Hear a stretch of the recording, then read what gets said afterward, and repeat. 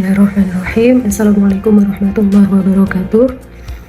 Kali ini perkuliahan kita adalah tentang prinsip-prinsip pengembangan bahan ajar inovatif. Nah, CPMK mampu menjelaskan dan menganalisis prinsip kuliah pengembangan. Untuk videonya silahkan dilihat terlebih dahulu. Enggak? Lagi jelasin serius di depan kelas? Gue bosan. Sekolah tiap hari isinya papan tulis. Dari dua video tersebut memiliki permasalahan yang sama. Nah, silakan didiskusikan bersama teman sekelompok, nanti ditulis di kertas manila, setelah itu dipresentasikan di depan kelas yang diwakili satu teman dari setiap kelompok. Ada 3 pilar utama yang menjadi fondasi pengembangan bahan ajar yang berkualitas tinggi. Apa saja sih? Yang pertama, berorientasi tujuan. Jadi, setiap materi itu harus selaras dengan tujuan kurikulum yang ingin dicapai, sehingga pembelajaran terarah dan terukur. Kemudian, yang kedua, relevan dan kontekstual.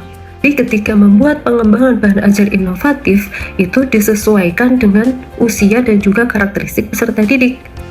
Pilar yang ketiga yaitu sistematis dan terstruktur. Nah, untuk karakteristik bahan ajar yang baik itu ada 4 ciri utama. Menurut Prastowo di karangan bukunya di tahun 2015, itu yang pertama adalah self-instructional.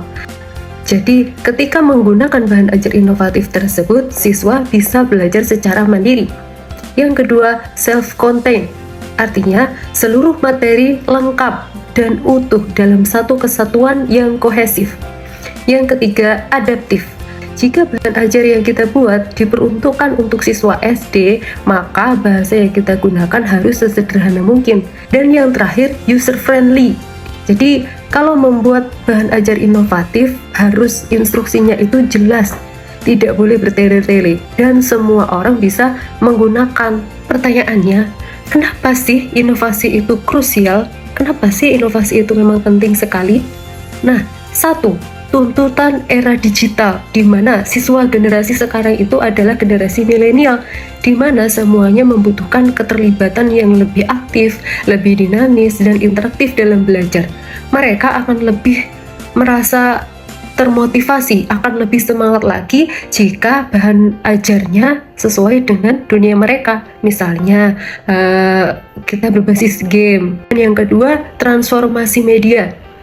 Dulu, siswa belajar menggunakan buku cetak, di mana bahasanya dan juga tulisannya ya sudah cuman monoton begitu aja. Tapi sekarang, buku itu ada berbasis e-book. Nah, di mana setiap anak tidak harus membawa buku secara fisik, akan tetapi mereka bisa membaca misalnya lewat handphone, lewat laptop, begitu. Dan mereka pasti akan lebih semangat. Bagaimana sih cara membangun bahan ajar berbasis digital? Yang pertama, desain pesan efektif. Jadi, buat tampilannya semenarik mungkin, jangan banyak sekali tulisan yang kayak koran, karena itu akan membuat siswa merasa bosan. Jadi, tulisannya bikin sesingkat mungkin, tapi itu sesuai dengan tujuan pembelajaran. Yang kedua, integrasi multimedia. Nah, kita masukkan multimedia dalam pembahasan tersebut. Bisa gunakan video, bisa digunakan animasi, dan audio untuk menjelaskan konsep. Ini merujuk pada bahwa gaya belajar siswa itu tidak sama. Ada yang mereka belajar dengan audio, ada yang audio visual. Nah, maka kita fasilitasi dengan menampilkan video, animasi, dan juga audio. Yang ketiga, elemen interaktif. Bagaimana? Jadi, kita mengajar tidak hanya kita menyampaikan, tapi kita juga butuh feedback dari siswa. Caranya bagaimana? Elemennya harus interaktif. Misalnya kita tambahkan kuis, tambahkan simulasi, aktivitas untuk partisipasi. Nah, jadi misalnya nanti kita mengembangkan memakai berbasis gamifikasi. Nah, itu bisa kita masukkan gamenya dan siswa akan tertarik untuk mengerjakan soal tersebut karena mereka serasa bermain games. Pada kesimpulan, investasi terbaik.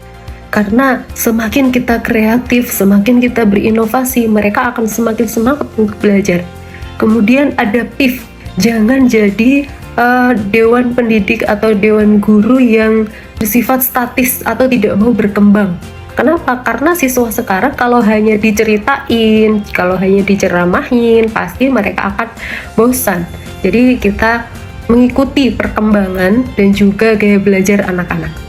Nah, mulai hari ini rancang, uji, dan sempurnakan, karena langkah kecil hari ini adalah perubahan besar untuk besok.